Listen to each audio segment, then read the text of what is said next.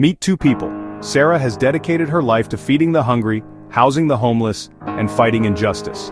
She's saved lives, comforted the grieving, and made the world genuinely better for countless people. But she doesn't believe in Jesus Christ. Tom is also a good person. He's kind to his neighbors, volunteers occasionally, and tries to live ethically. He believes deeply in Jesus, prays daily, and attends church regularly. He's genuinely decent, but his impact on the world is smaller than Sarah's extraordinary dedication. According to Christian doctrine, Tom goes to heaven while Sarah faces eternal damnation. Despite all her sacrificial love and world-changing impact, faith, not the magnitude of good accomplished, determines everything. Today I want to explore a stark reality that shapes how billions of people view morality. In Christianity, faith isn't just important, it's the only thing that ultimately matters for salvation. This isn't a debate about faith versus works. The Bible is clear on both sides. Yes, Christians should do good works. Yes, faith should produce action. But when it comes to eternal salvation, every major Christian denomination agrees, without faith in Jesus Christ, you are lost, no matter how good you are. Ephesians 2:8-9 states it plainly. For it is by grace you have been saved through faith, not by works. John 14:6 has Jesus declaring, no one comes to the Father except through me. The message is unambiguous. Faith is the gatekeeper. Think about what this creates in the world. Under this system, a decent Christian with modest good deeds goes to paradise. A compassionate atheist who transforms lives goes to hell. Gandhi, who inspired millions with non-violent love, is condemned. A good Christian who helps some people is saved, but ranks eternally higher than someone who helped far more. The determining factor isn't the scope of love you've shown, how many lives you've transformed, or how much suffering you've prevented. It's whether you've had the correct internal relationship with an invisible deity. This creates a profound moral distortion. When ultimate meaning depends on faith rather than impact, we miss recognizing the true heroes among us.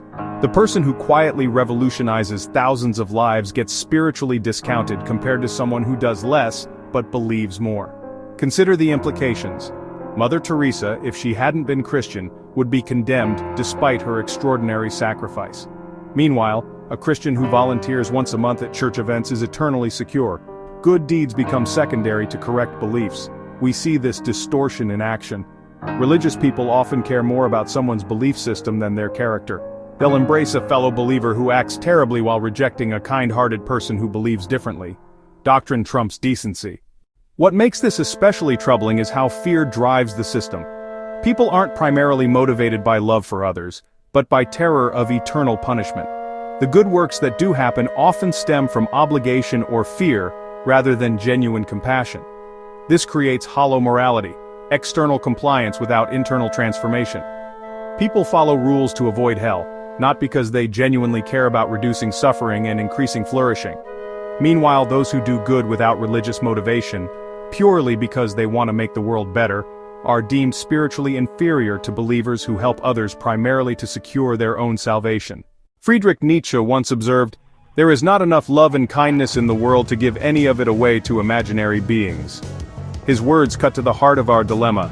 While we pour energy into relationships with invisible deities, real people suffer from a shortage of the very love we're directing elsewhere. Imagine a world where moral worth was determined solely by impact, by how much you reduce suffering and increase human flourishing, where the measure of a life well lived was the meaningful difference you made in the lives you touched. In such a world, a teacher who inspires students would rank higher than a priest who saves souls. A doctor healing the sick would matter more than an evangelist converting the healthy. A scientist curing diseases would be more valuable than a theologian defending doctrines. People would focus their energy on tangible improvements to human existence, rather than invisible spiritual transactions. The question wouldn't be, how do I get right with God? But, how do I make life better for everyone I encounter?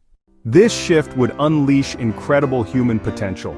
Instead of spending our brief time here trying to figure out the correct beliefs about an unseen realm, we could dedicate ourselves fully to the real people in front of us.